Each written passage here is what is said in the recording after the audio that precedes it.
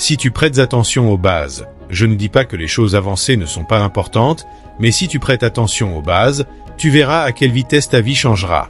As-tu lu ta Bible? Dieu n'est pas seulement sans fin. Dieu est responsable. Quand Dieu a commencé à travailler, il n'y a aucun enregistrement qu'il s'est reposé. Il n'y a aucun enregistrement qu'il a attendu pour se détendre. Il était au travail pendant 6 jours. Il a fini. Il a maintenant dit et maintenant Dieu s'est reposé de tous ses travaux. Tu n'as pas marché. De quoi te reposes-tu? Il a dit tu veux être comme Dieu. Tu penses que saint comme Dieu c'est seulement sans péché. C'en est une partie parce que tu dois être responsable autour de ta pureté. Mais ce n'est pas tout. Combien de tes travaux as-tu fini? Dieu a fini le sien avant de se reposer. Le christianisme responsable ne doit pas nécessairement être une perfection sans péché. Non. Mais il parle de fidélité, de maturité progressive et de croissance. Donc quand tu trouves un chrétien responsable, il mûrit sur une base quotidienne. Il grandit sur une base quotidienne. Et cela se montre dans l'intentionnalité avec laquelle il fait ce qu'il fait. Les personnes qui sont irresponsables, elles ne sont pas intentionnelles. Elles ont constamment besoin de motivation.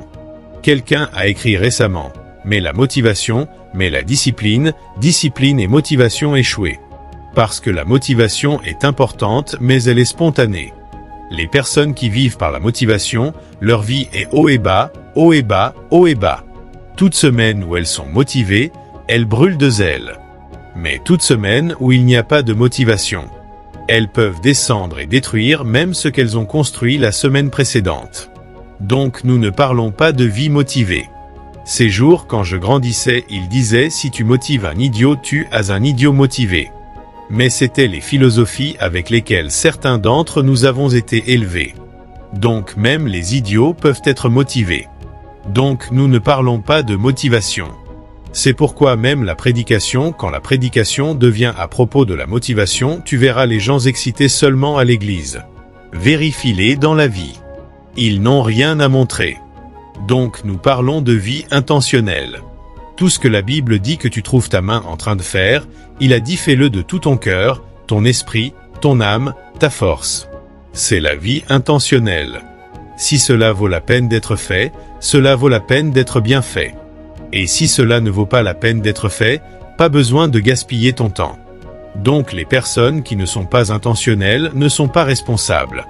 Les personnes qui ne sont pas fidèles, cela signifie que elles ne peuvent pas s'engager dans une cause, elles sont spontanées aujourd'hui, elles sont ici aujourd'hui, elles sont là, tu ne peux pas les trouver investies dans quoi que ce soit, elles ne sont pas responsables, donc il faut de l'intentionnalité, il faut de la fidélité, et il faut de la responsabilité, ce n'est pas juste que j'ai fait quelque chose, ce que tu as fait, est-ce à la hauteur, est-ce au standard, et peux-tu en rendre compte si besoin ou demande est placée sur toi.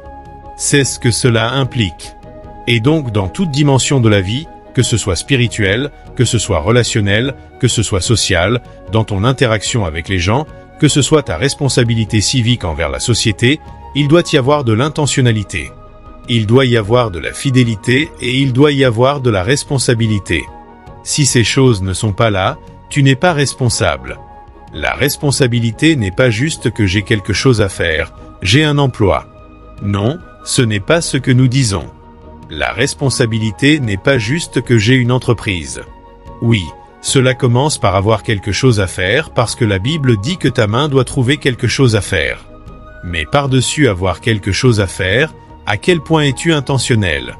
À quel point es-tu fidèle? À quel point es-tu responsable? C'est la demande que les Écritures placent sur nous. Je te dis que même à l'Église, il y a une grande irresponsabilité. L'Église où nous sommes conscients de la présence de Dieu. Combien plus en dehors de l'Église. C'est pourquoi beaucoup ne peut pas nous être confiés. Parfois tu sais, Jésus a dit ne confie pas les choses saintes aux pourceaux. Non pas parce qu'ils sont des porcs par nature, mais à cause de leur nature irresponsable. Il n'a pas dit cela parce qu'ils sont des porcs. Il a dit cela parce que la nature du porc les fait se comporter d'une certaine façon. Il a dit quand tu leur donnes, ils le piétineront sous leurs pieds. Donc quand les gens n'ont pas de valeur, ils ne peuvent pas être responsables. Donc la responsabilité parle de valeur. Valeur qui déclenche la délibération. Valeurs qui déclenchent la fidélité. Valeurs qui déclenchent la responsabilité. Partout où nous allons, nous devrions modéliser le plus haut standard. Même quand nous ne sommes pas supervisés, ces jours quand nous cherchions des emplois, l'une des choses que tu dois toujours te souvenir d'ajouter à ton CV, c'est la capacité à travailler avec peu ou pas de supervision. C'est la responsabilité qui est requise partout. La Bible a dit que c'est attendu d'un intendant. 1 Corinthiens 4 verset 2 qu'un homme soit trouvé fidèle et beaucoup de chrétiens manquent cela dans divers aspects de leur vie. Croyez-moi, si tu veux devenir quelque chose dans ce royaume ou même dans la vie en général, tu dois être responsable. Donc numéro 1, trouve quelque chose à faire. Et numéro 2, quand tu trouves quelque chose, sois intentionnel, sois fidèle et sois responsable. Ce sont les deux choses de base à propos de la responsabilité. Trouve quelque chose. Ne sois jamais oisif. Va lire Matthieu 25. Le matin, à la première veille, il a trouvé certaines personnes.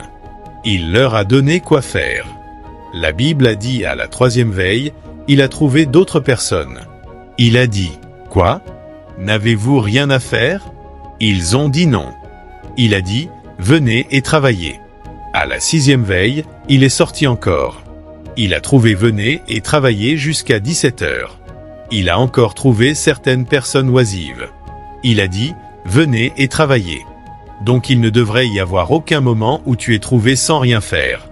Dans toute sphère où Dieu te met, tu dois devenir responsable là. En trouvant d'abord quelque chose et puis quand tu as trouvé quelque chose, tu es intentionnel. N'attends pas d'être motivé. Tu n'as pas besoin d'un discours pour faire ce que tu fais bien parce qu'au moment où tu as besoin d'être motivé, tu cesses d'être le leader. La personne qui doit te motiver est le leader. Donc si tu veux être la tête et non la queue, alors tu dois être intentionnel. Celui qui motive est le leader. Celui qui est motivé est le suiveur. Donc si tu veux être au sommet, sois intentionnel. Si tu ne peux pas être intentionnel, je te dis toute ta vie tu serviras. Et il n'y a rien de mal à servir sauf qu'il y a des cas dans le service. Certains sont serviteurs, d'autres sont fils. Il y a une différence. La responsabilité est une chose de nature et ensuite c'est une chose de formation. Quand tu trouves des personnes qui sont responsables, d'abord il y a une nature qui le soutient. Par exemple, ce que je fais ici, il n'y a aucune façon que tu puisses attendre d'un babouin qui le fasse. Donc il y a des choses qui ne peuvent jamais être faites si la nature ne le soutient pas. Si tu prends un babouin pour venir ici et prêcher, tu plaisantes. Il n'a pas la nature qui le soutient. Donc quand nous parlons de responsabilité, d'abord il doit y avoir un contexte de nature à cela. Qu'un homme ait l'ADN pour fonctionner dans le domaine que tu lui assignes. Puis numéro 2, il doit être formé parce que la compétence importe dans la responsabilité pour pouvoir livrer. Donc il y a un aspect nature et il y a un aspect formation. Les deux sont atteints quand tu as une relation avec Dieu. Pendant que tu communies avec Dieu, sa nature t'est impartie. D'abord comme salut, puis continuellement dans l'intimité, et puis numéro 2, tu apprends de lui. Jésus a dit, « Apprenez de moi ». Il a dit, « Mon joug est doux. Mon fardeau est léger ». Donc à la fois la nature et la formation sont acquises dans l'intimité. Et qui peut être le meilleur exemple, mentor, modèle si ce n'est Dieu lui-même? La parole a commencé avec Dieu prenant la responsabilité. Au commencement, Genèse 1 à partir du verset 1, Dieu créa les cieux et la terre était vide. Les ténèbres étaient sur la face de l'abîme et Dieu s'est montré de nouveau. L'Esprit de l'Éternel se mouvait sur la face des eaux et Dieu a dit que la lumière soit. Il n'est jamais venu pour se lamenter. Il est venu pour résoudre des problèmes. Donc il a commencé à résoudre des problèmes en tant que Dieu responsable. Si tu veux grandir dans la responsabilité, tu dois être intentionnel, fidèle et connecté de manière responsable à Dieu dans l'intimité.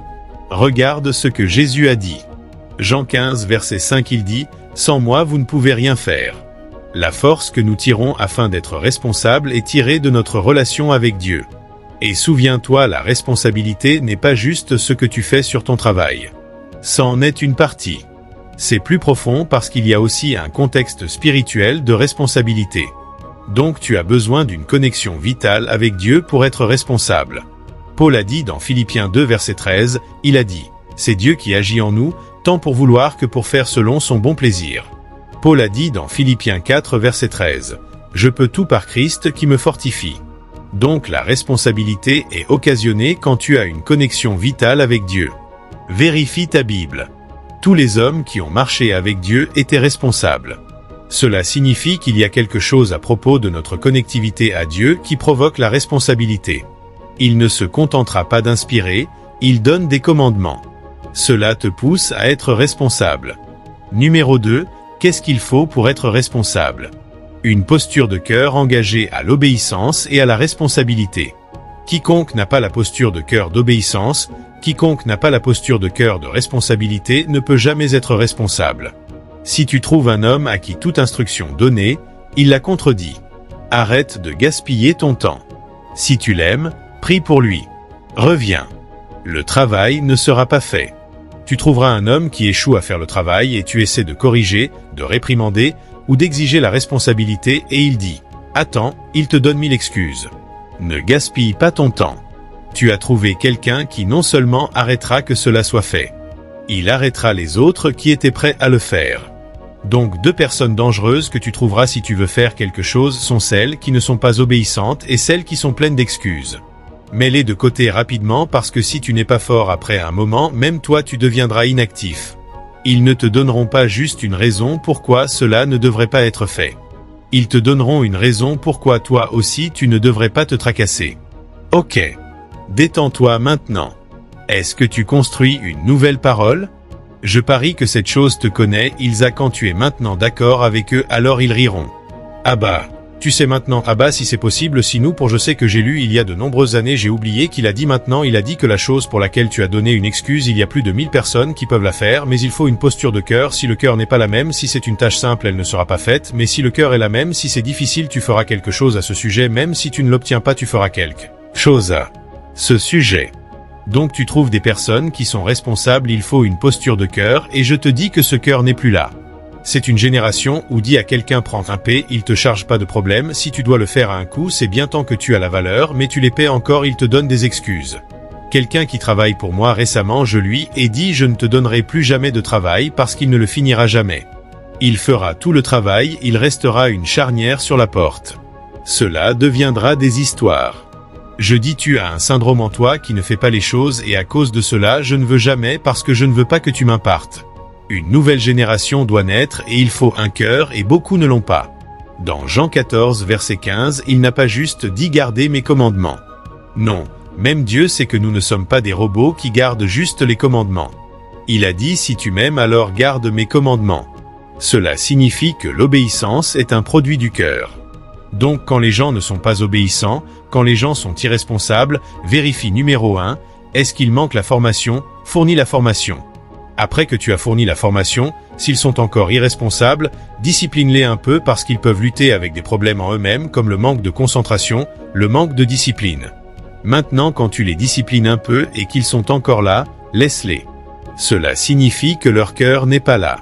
Si tu m'aimes, garde mon commandement. Luc 6 verset 46 Jésus a dit « Pourquoi m'appelez-vous Seigneur, Seigneur, quand vous ne faites pas ce que je dis ?» Donc si le cœur n'est pas droit, pas besoin, le gars ne peut pas le faire. La plupart du temps les gens donnent des excuses parce que leur cœur n'est pas investi dans le projet. Donc quand tu trouves une constance dans les excuses, arrête de gaspiller ton temps. Cherche une nouvelle personne, sinon tu seras coincé.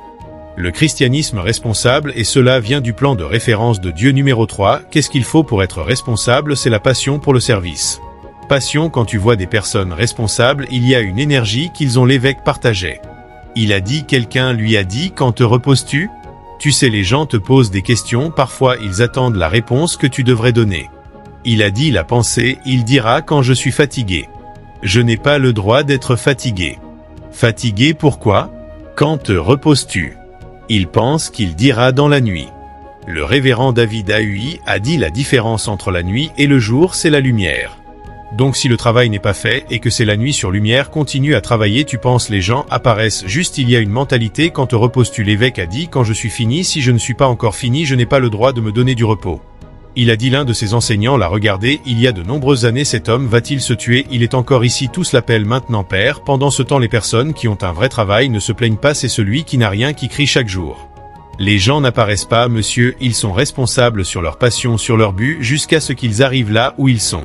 Nous sommes ceux ici qui parlons de grâce, ma grâce te suffit, parlant d'intervention, parlant Dieu se montrera, si Dieu se montre de la façon dont nous nous attendons, ne deviendrons-nous pas inutiles? Quel père élève son enfant comme cela? Tu ne fais rien pour que Dieu se montre. As-tu 1 an? Les choses que tu faisais pour ton enfant quand ils avaient 6 mois, 9 mois, les feras-tu quand ils ont 30 ans? Christianisme irresponsable. Et c'est largement parce que nous n'avons pas de passion. Jésus parlait dans Marc 10, verset 45. Il a dit: le Fils de l'homme n'est pas venu pour être servi, mais pour servir. Il y avait une passion qui le poussait. Je dois faire l'œuvre de celui qui m'a envoyé pendant qu'il fait jour. La nuit vient où personne ne peut travailler. Les personnes qui n'ont pas de passion dans leur esprit. Très peu ils sont ceux qui s'évaluent eux-mêmes, reconnaissent le beaucoup qu'ils ont fait. Personne ne remarque, mais ils ont fait tellement et ils attendent que le monde applaudisse. S'il te plaît, je te supplie, ces choses que je partage avec vous, écrivez-les. Faites en vos points de prière. Père, donne-moi la passion pour quelque chose. Je ne peux pas vivre comme un médiocre. Regarde ta vie. Tu as 20 ans, tu as 25 ans, tu as 30 ans, tu as 35 ans, tu as 40 ans. Qu'est-ce que tu as versé ton énergie dedans? Qu'est-ce que tu peux pointer et dire celui-ci? Si je quitte la Terre aujourd'hui, c'est ce dans quoi j'ai versé mon énergie, et je peux dire que cela a affecté l'humanité. Combien de choses peux-tu pointer? Si tu quittais la Terre aujourd'hui, quel est ton héritage? Tu es perdu dans la foule et tu es satisfait là. Tu dois prier pour que Dieu te donne une passion pour quelque chose où tu peux brûler et être brûlé pour. Autrement, qu'est-ce qui nous différencie des animaux? Beaucoup n'ont pas de passion. Et si tu as une passion, Dieu la reconnaît et récompense ta responsabilité le long de ces lignes. Certaines personnes ont épuisé leur passion. Rien ne les bouge. Rien ne les motive. Même quand tu les traînes dans quelque chose qui vaut la peine de vivre, ils ne peuvent toujours pas trouver de passion pour cela. Une chose que tu dois te dire, c'est que je ne serai jamais celui qui est motivé pour faire quelque chose. Je préférerais être celui qui motive les autres. Je ne m'assierai pas pour que quelqu'un d'autre me fixe. Je fixerai les autres personnes. Ta vie changera drastiquement. Quand il se tenait devant Pilate, Pilate lui disait: « J'ai le pouvoir de te relâcher. » Il ne l'entendait pas. Il a regardé Pilate. Il a dit: « Tu n'as pas ce pouvoir sauf s'il t'a été donné. Et au cas où tu ne sais pas, mon royaume n'est pas de ce monde. S'il l'était, j'aurais appelé. » Il a dit: « Mais pour cette cause je suis né. » Il a dit: « Pour cette cause je suis venu dans le monde afin que je rende témoignage à la vérité. » Il y avait une passion. Il a résumé sa vie par sa passion. Pour cette cause je suis né. Donc cela n'a pas d'importance. Il a dit: « Comment suis-je étiré ?» C'était Jésus qui parlait. Il a lutté nuit et jour jusqu'à ce que tout son corps soit couvert de cloques. Et Jésus lui-même a exclamé: « Comment je suis étiré et je serai étiré. » N'ayez pas une génération de vous, même quand vous ne faites rien, elles vous voient et disent: « Quand te reposes-tu » Et ils voient ce que nous avons fait, monsieur. Les gens me regardent parfois, ils disent: « Ah, homme de Dieu, tu as plus de grâce, quand te reposes-tu » Je dis: « Repos, pourquoi ? Je vais à une réunion. Je vole. Je dors dans l'avion. Je me détends. Je prie. Je vais à la réunion. Je finis de prêcher. Reviens. Je me détends à l'hôtel.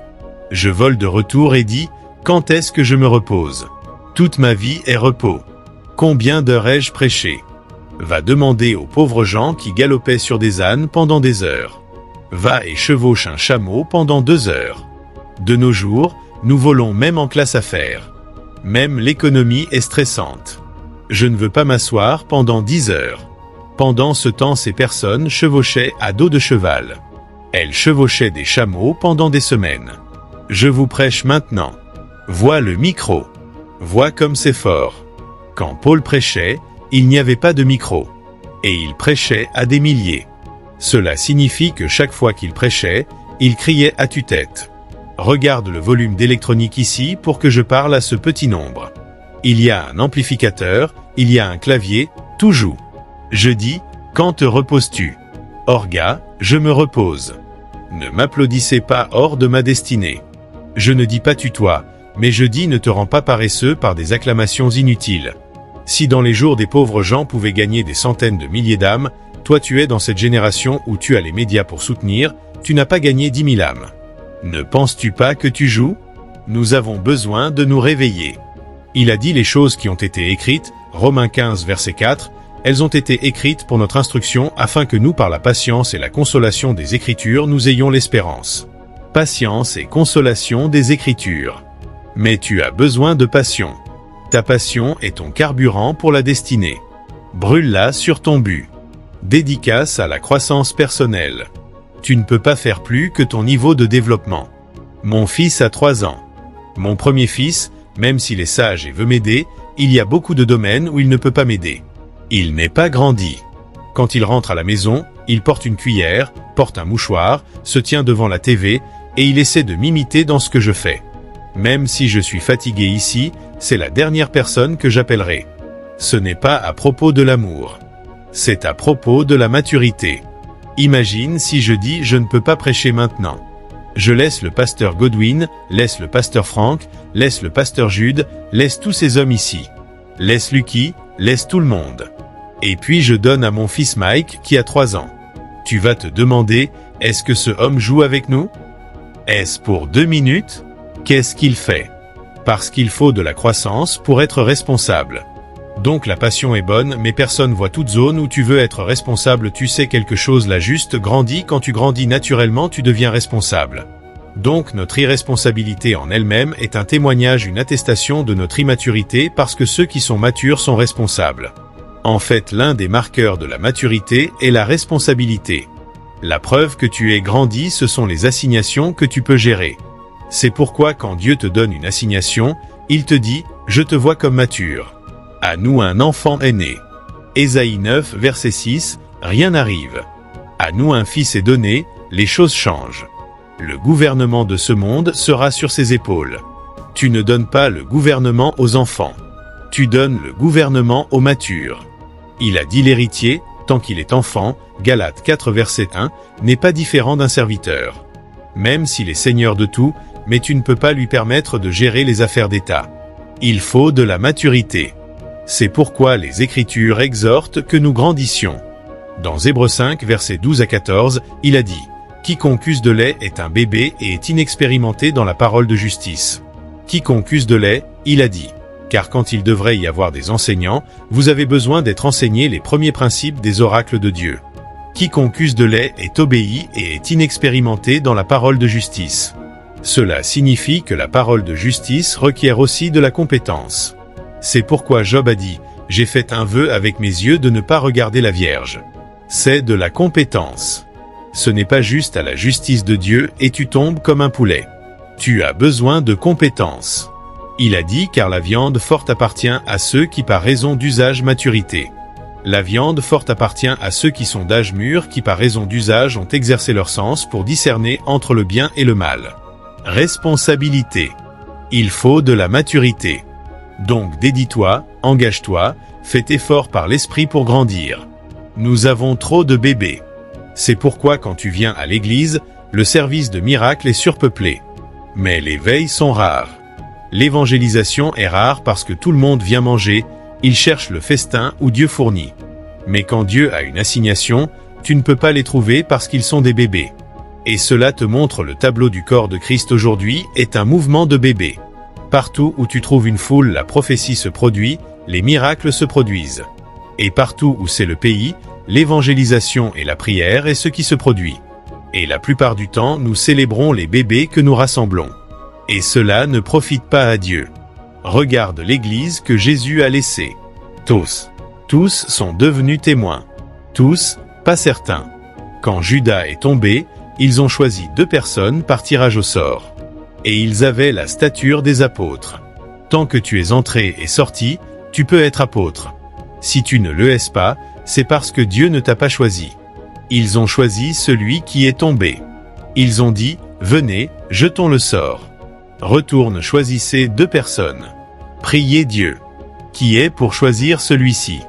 Et Matthias avait la même stature. Lui aussi était Matthias. Il n'a pas changé d'avis. Nous avons besoin de nous réveiller, monsieur. Ne te cache pas dans la multitude. Joue ton rôle. Tu ne t'es pas amené ici. Tu as été conduit ici par le Saint-Esprit. Et il sait qu'il y a des choses qui sortiront d'ici pour changer ta vie. C'est pourquoi il t'a conduit ici. Il sait où tu vas. Je ne sais pas. Donc il t'a amené. Si tu veux être officier militaire, tu ne vas pas à l'école d'économie. Les instructions sont différentes selon où tu vas. Celui qui t'a amené parce qu'il sait que ce qui communique de l'hôtel ici peut te changer. Tu le prends pour acquis que ton père tout soldat qui méprise l'instruction découvrira le danger au front de guerre. Ils disent fais des pompes, cours, saute. Tu ne veux pas. Quand tu vas à la guerre, ta vie en dépend. Si tu ne sautes pas, tu es abattu mort. Tu veux grandir, engage-toi aux prophéties. Engage-toi aux instructions spirituelles. Beaucoup sont devenus des victimes parce qu'ils prennent les prophéties pour acquis. Ils prennent les instructions spirituelles pour acquis. Intendance fidèle. C'est un caractère intérieur de ton esprit. Intendance fidèle encore culte. Intendance fidèle encore culte. Il y a des personnes qui détestent que quoi que ce soit dans leurs mains ne fonctionne pas. Il y a des personnes qui détestent que quoi que ce soit qui leur est confié échoue.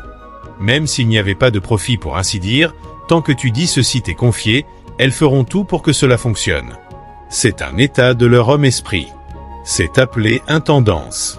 Intendance fidèle. La plupart des personnes qui sont responsables, c'est la disposition de leur homme intérieur.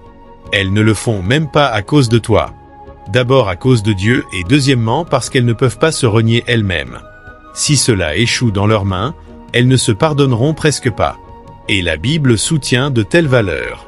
Je t'ai déjà cité de Luc 16, verset 10 que Dieu attend de nous que nous soyons fidèles même dans le peu. Je t'ai cité de 1 Corinthiens 4, verset 2 que c'est attendu d'un intendant qu'un homme soit trouvé fidèle. Donc les personnes responsables sont des personnes qui sont naturellement fidèles. La Bible dit un homme fidèle qui peut le trouver, cela signifie qu'il y a des hommes qui sont fidèles. En fait, si tu trouves des personnes fidèles qui ont de la loyauté, en elles sont de grands trésors. Il y a deux choses qui sont un indispensable pour quiconque doit être engagé dans l'autorité parmi d'autres choses. Numéro 1 est la loyauté qui est un produit de l'amour et de la fidélité et numéro 2 est la compétence. Quand tu trouves n'importe qui a ces deux qualités, c'est l'une des plus grandes bénédictions que Dieu t'a données si tu diriges un cours parce que c'est en certaines personnes et il y a des personnes en qui la rébellion est. Je te dis que c'est en elles naturellement. En fait, tu investiras toute la grâce de Dieu sur ta vie pour les aider à l'enlever. Elles ne le savent même pas. Trouve de telles personnes. Si elles ne dirigent pas, elles ne sont pas impliquées. Et au moment où elles dirigent, elles veulent le faire à leur façon. Donne-leur l'autorité.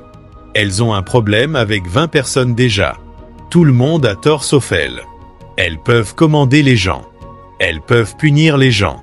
Le jour où tu leur donnes une punition, elles sont dehors. Rébellion. Ce n'est pas la responsabilité. Parce que pour chaque niveau de croissance, Dieu vérifiera ta rébellion. Dans le royaume, une chose qui ne peut jamais être tolérée même au ciel, c'est la rébellion.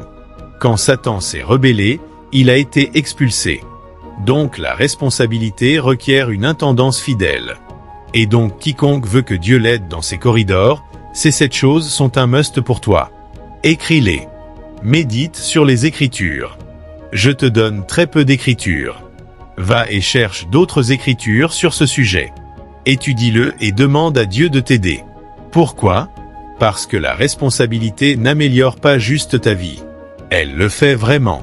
La plupart d'entre vous attesteront que même sur votre emploi, chaque travail qui vous est confié vous éduque et vous améliore. Cela peut être dur, mais cela te laissera meilleur que quand cela t'a rencontré. Les emplois ne te détruisent pas. Ils te laissent meilleur parce qu'ils t'étireront à ta limite. Donc la première raison pour laquelle tu dois embrasser la responsabilité, c'est qu'elle t'améliore. Parce que si tu n'embrasses pas cette amélioration, tu finiras dans la honte. Certains d'entre vous qui êtes ici qui ne lisez pas votre Bible, si je dis prenez une charge. Le jour où vous prenez la charge, soudain vous allez dépoussiérer votre concordance et commencer à gérer les Écritures ensemble. Soudain vous verrez le besoin de prier en langue pendant 2 heures avant de venir pour l'étude biblique le dimanche. Je pense que vous venez juste au service. Pourquoi ne priez-vous pas avant de venir ? La responsabilité mettra une demande. Et donc plus tu portes de responsabilité, plus tu deviens raffiné. Donc tes meilleures versions sont un produit de ton style de vie responsable. Et puis numéro 2, cela provoque la récompense. Dieu ne récompense pas ton apparence. Il ne récompense pas non plus ton salut. Il récompense ton labeur d'amour. Donc c'est quelque chose que ceux qui sont sages demandent, que ce soit dans le royaume ou en dehors. Et puis numéro 3, cela améliore l'humanité parce que tout ce que tu fais devient une plateforme pour que quelqu'un d'autre excelle. Et ce sont des justifications pour lesquelles tu devrais être assez motivé si tu marches par la motivation pour être responsable.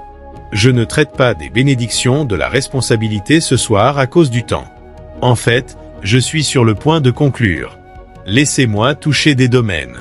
Domaines où Dieu attend de nous que nous soyons responsables. Numéro 1 est dans ton développement spirituel. Peut-être que c'est le seul que je peux toucher à cause du temps. Ton développement spirituel. 2 Timothée 2 verset 15.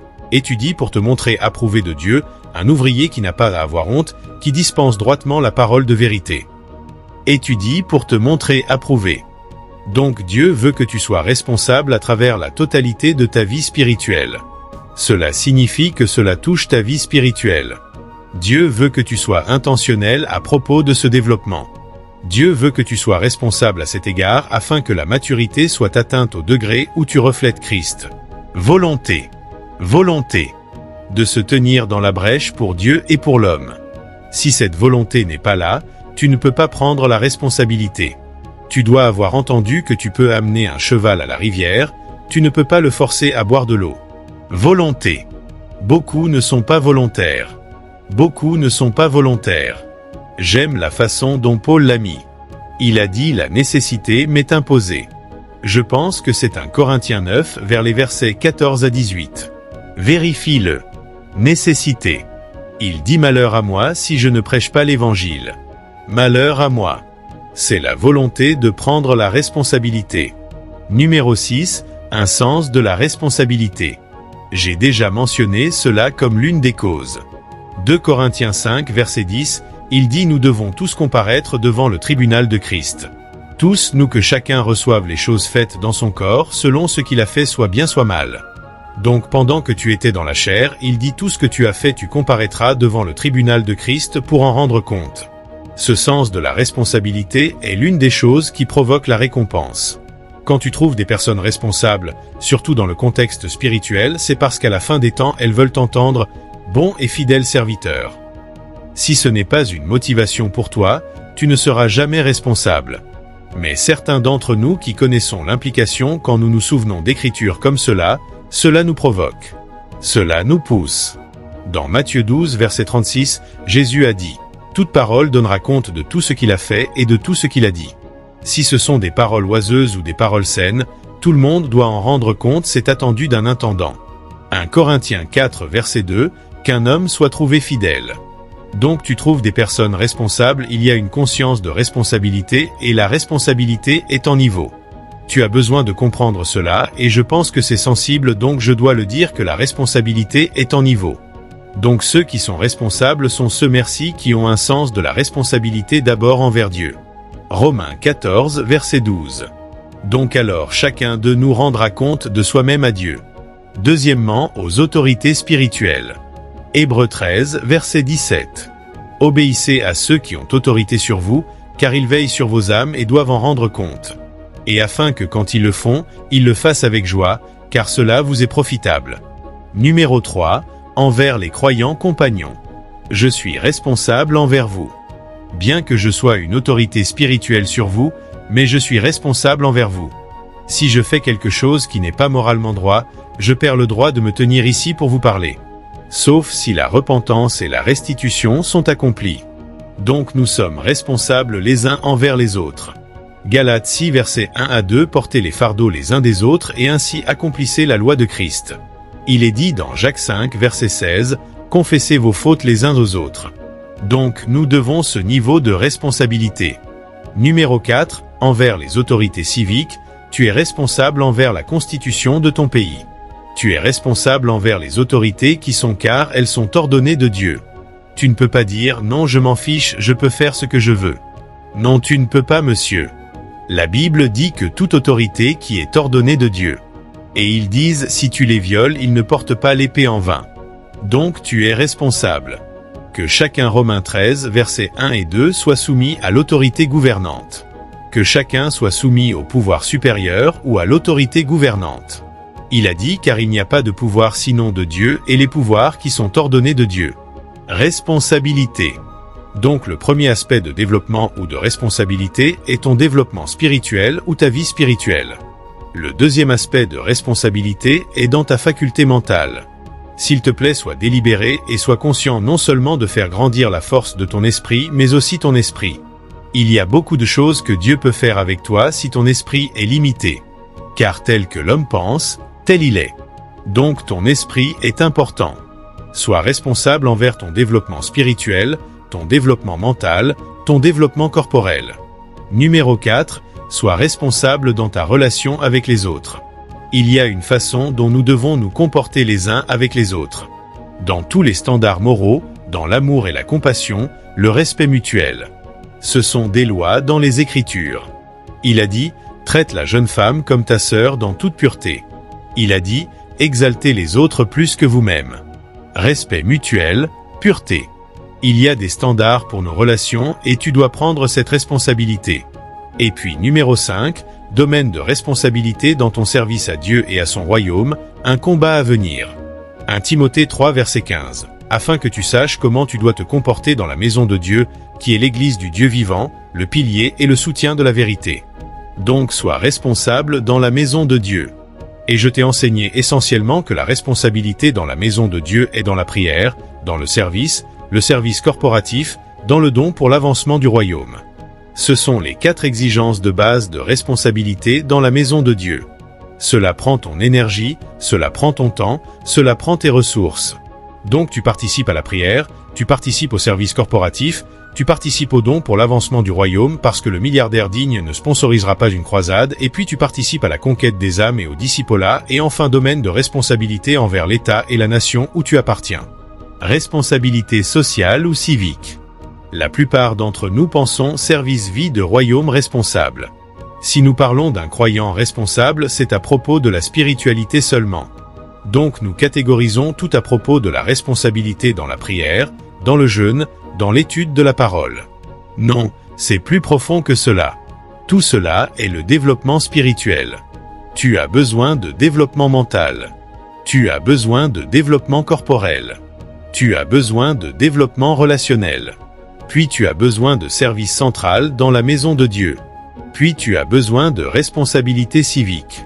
Voyez, nous avons besoin de commencer à élever des chrétiens qui n'ont pas seulement le caractère mais qui ont aussi des capacités par les principes du royaume pour diriger le monde. Nous ne sommes pas la lumière de l'Église. Nous sommes la lumière du monde. Nous ne sommes pas tous des apôtres sur l'autel en prêchant. Monsieur, certains d'entre nous sont des apôtres dans le gouvernement. Certains d'entre nous sont des apôtres dans le marché. Ne sois pas responsable dans le service d'église et irresponsable dans le service civique. Tous sont importants. Tu n'es pas la lumière de l'église. Tu es la lumière du monde. L'église est l'ecclésia. Nous faisons des lois ici par la prière. Nous faisons des lois ici par la prophétie. Nous faisons des lois ici par la doctrine. Mais quand nous avons fini ce que nous faisons ici, tous nous devons entrer dans notre monde et briller. Que votre lumière brille non pas parmi les frères, parmi les hommes, afin qu'ils voient vos bonnes œuvres et glorifient votre Père céleste. Matthieu 5, verset 16. Donc allez dans l'eau. Jésus est ressuscité. Il n'a pas dit aller et rassembler. Ils se rassemblent ensemble. Il a dit allez dehors. Ils étaient dans la chambre haute. Ils se sont enfermés. Cette chose n'est plus à propos de l'église des guerres. C'est maintenant l'église sans guerre. Sortez là. Donc le Saint-Esprit est venu et les a pris de la chambre haute dans le marché. Il prêche là, mais c'est au-delà du rassemblement pour prêcher. Les 11 se sont levés. Qu'est-il arrivé aux autres? Finalement certains sont allés à Antioche. Finalement certains sont devenus fabricants de tentes comme Caïo, comme Aquila. Finalement certains d'entre eux sont devenus leaders. Aujourd'hui, si quelqu'un commence à parler en langue, il est ordonné prophète. Si quelqu'un commence à parler en langue, il est ordonné apôtre. Non, ce n'est pas le feu en toi qui te donne un appel. Le feu en toi est pour que tu brûles et révèles Dieu. Et tu peux faire cela en tant qu'homme d'affaires. Nous avons besoin de sénateurs prophétiques. C'est ce que je dis. Nous avons besoin de milliardaires prophétiques afin que quand ils se réveillent, ils entrent dans le marché avec le sacerdoce. Ils ne vont pas juste là avec l'économie parce que le marché est une jamboree de puissance. La plupart d'entre nous ne savons pas. Certaines personnes qui viennent au marché habillées en costume. Vérifiez-les dans l'esprit. Elles portent un sac de la liste. Elles portent des tongs qui sont percés avec du fer. Donc quand tu vas là, vois assez c'est assez. Ne cours pas chez le pasteur et dis quelqu'un m'a tiré dessus. J'étais paralysé. Ok, vous deux portez le pouvoir là. Quand ils te secouent, secouez-les. Laissez le pouvoir afin que vous convertissiez les grands hommes à Dieu. Nous n'élevons pas des personnes. Je ne t'enseignerai pas l'économie. Non, ce n'est pas mon travail. Mais je t'enseignerai comment porter Christ partout où tu vas. Tu dois marcher avec Christ afin qu'il te montre où tu vas. Et si c'est dans l'économie, la parole est occupée jusqu'à ce que je vienne. Occupée jusqu'à ce que je vienne. Occupée jusqu'à ce que je vienne. Si c'est dans l'académie, occupée. Si c'est dans les médias, occupée. Si c'est dans le gouvernement, occupée. C'est dans l'économie, occupée. Tu vas vérifier la source de la femme née. Chaque secteur que tu connais, ils ont des personnes dans chaque catégorie. Quelle stratégie avons-nous à propos de l'armée ? Combien de généraux sont dans l'armée qui peuvent se réunir et dire tenons-nous la main et prions pour la sécurité de la nation ? Voyez, nous pouvons prier d'ici. Nous pouvons prophétiser, mais les généraux sont les apôtres dirigeants dans l'armée. Ce sont eux qui connaissent les questions de sécurité. Ils savent, voyez, comment la révélation la plus profonde à propos de la sécurité leur sera donnée. Combien sont en train d'être formés ? Tu seras choqué que la source de la B-Woman peut te dire combien de généraux lieutenants ils ont, combien de généraux majeurs, combien de généraux de brigade. Ils peuvent te donner leur nombre. Combien de colonels? Combien de lieutenants-colonels? Combien de captifs? Ils peuvent te donner le rang vers le bas. Ils peuvent te dire où ils sont localisés. C'est ainsi que tu prends le contrôle, monsieur. Et l'idée n'est pas de saisir le pouvoir et de déclencher une forme de révolution dans le naturel. Non, l'idée est d'établir le royaume de Christ afin que l'intégrité, l'amour, la justice, l'équité puissent devenir l'ordre du jour. Sais-tu combien d'agents immobiliers dans ce pays qui peuvent s'asseoir sur 250 hectares de terre et dire écoutez, nous amènerons une nouvelle civilisation? Combien en connais-tu? Nous plantons l'Église? Nous prenons le contrôle de l'Église quand nous devrions prendre le contrôle du monde. Notre plus grande gloire maintenant, ce sont les tailles de nos églises. Et je ne suis pas contre la grande église parce que plus les disciples se multiplient, plus le bâtiment sera grand. Mais ce n'est pas notre focus. Combien de territoires prenons-nous? Et quand nous disons territoire, ce n'est pas des masses de terres d'influence, sphère économique, sphère académique, sphère gouvernementale. C'est nos responsabilités civiques. Nous devrions avoir des personnes de nos congrégations qui peuvent se lever aujourd'hui et dire il y a un sommet économique. Nous porterons chine et chemise. Allez et asseyez-vous et voyez ce que Dieu fait avec eux. Et ils rassemblent des capitaines d'industrie et leur enseignent les principes bibliques et disent écoutez, faites des affaires mais faites-le avec intégrité. Quand ils finissent de montrer les principes économiques, ils montrent les principes du royaume. Tu n'as pas à compromettre pour réussir en affaires. Laissez-les leur parler de la sagesse du Saint-Esprit que le Saint-Esprit peut inspirer. Laissez-les leur parler de la grâce que Dieu peut habiliter et leur vie sera une preuve suffisante pour que ces personnes sachent que ce qu'ils disent n'est pas du parler. Vous voyez d'autres religions du monde de l'hindouisme à l'islam et le reste. Et je n'essaie pas de les appeler pour les faire paraître comme si elles étaient meilleures que nous, mais tu ne peux pas les trouver nulles par sans l'identité d'où elles viennent. Donc elles se voient comme des apôtres à ces corridors. S'il te plaît, attrape le feu, mais porte ton feu au marché.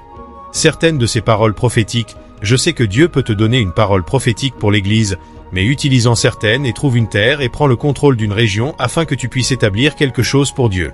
Utilise-en certaines et cherche une position stratégique dans le pouvoir. Joseph a utilisé la sagesse pour délivrer l'Égypte et dans le processus, Israël a été délivré. Daniel a utilisé la sagesse pour discipliner les rois en Babylonie. C'est une génération